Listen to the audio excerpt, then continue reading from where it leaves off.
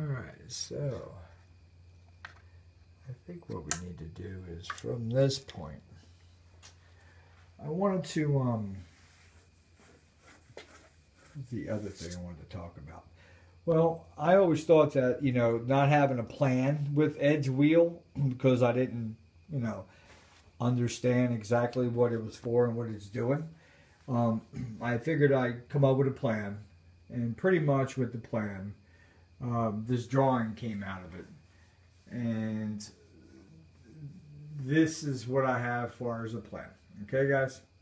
So, what I have here is this capacitor up here coming down this metal tube.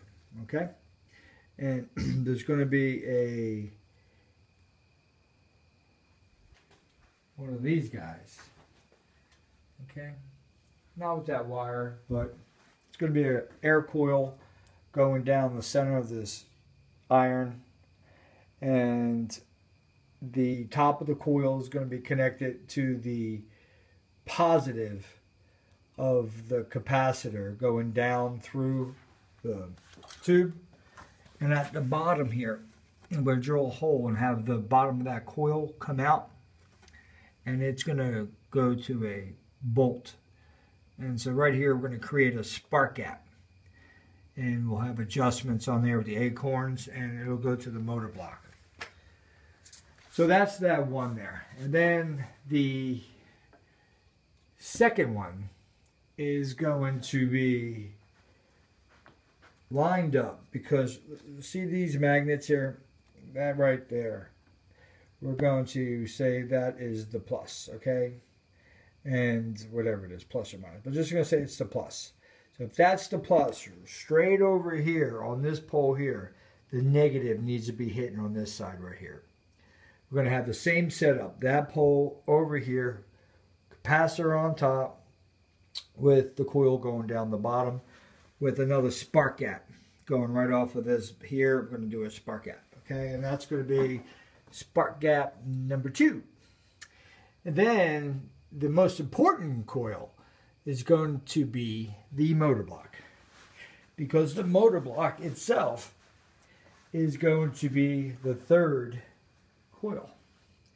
And the job of this apparatus here is going to be to siphon. We are going to siphon energy from the ground, the biggest dynamo we have, free, natural, and we are going to siphon up pump 1, pump 2. And we're going to go through this process, but the ultimate goal here is to come up, come over, come back down, tune in the center. This is where the static, the chains, from what I could take from the chains, from what I've done different, I probably should have made videos, but I've done different tests. And when you put a electric charge through them, creates a magnetic charge through the chain. And when you put a magnetic charge through the chain, it puts a electric charge through the chain. So it does the opposite of what you do. Pretty much this top layer, with it being a one charge, the bottom ring of being another charge, and these two would be pulsating two different charges. One's a rail. This would be both charges coming through, because when this wheel turns, even now it's making electric sitting, because we know it's loaded up with everything you could do. Aluminum in the middle, copper around it, magnetic, because the metal shavings, electric, a fluid that is reacting to static like I never seen. And then with the possibilities of, not possibilities, but the enormous amount of metal that's in this whole structure is holding in a lot of energy. So when this energy is stored up and put in the capacitors, what you're going to do is create, every time this here passes this here, these two are going to be rotating back and forth. And each one at the bottom of this machine is like a freaking pump. Okay? Ground energy coming up, bam. Ground energy coming down, bam. In the center, the whole tuning part of this is so much of the speed, low speed, not quick speed, very low. This is low frequency with high voltage. And pretty much I'm going to be building also a shelf to go around here. And we're going to be adding a few things to create the high voltage, because that's where our PMH comes in. And that's how, you know, you put it all together and you start process of elimination. But definitely here, rotary gap. Definitely number 1, spark gap. Number 2, spark gap.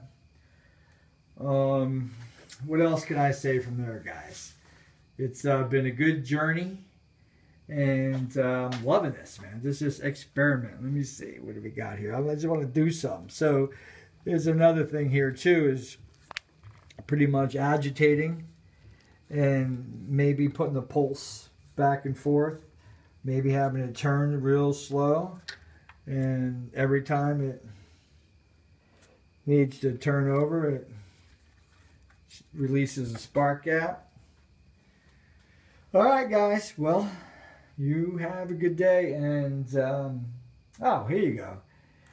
Since I never showed my face, this is a picture of me and my buddies back 15 years ago, 16 years ago. Which one of these, from the left to the right, do you think would be me?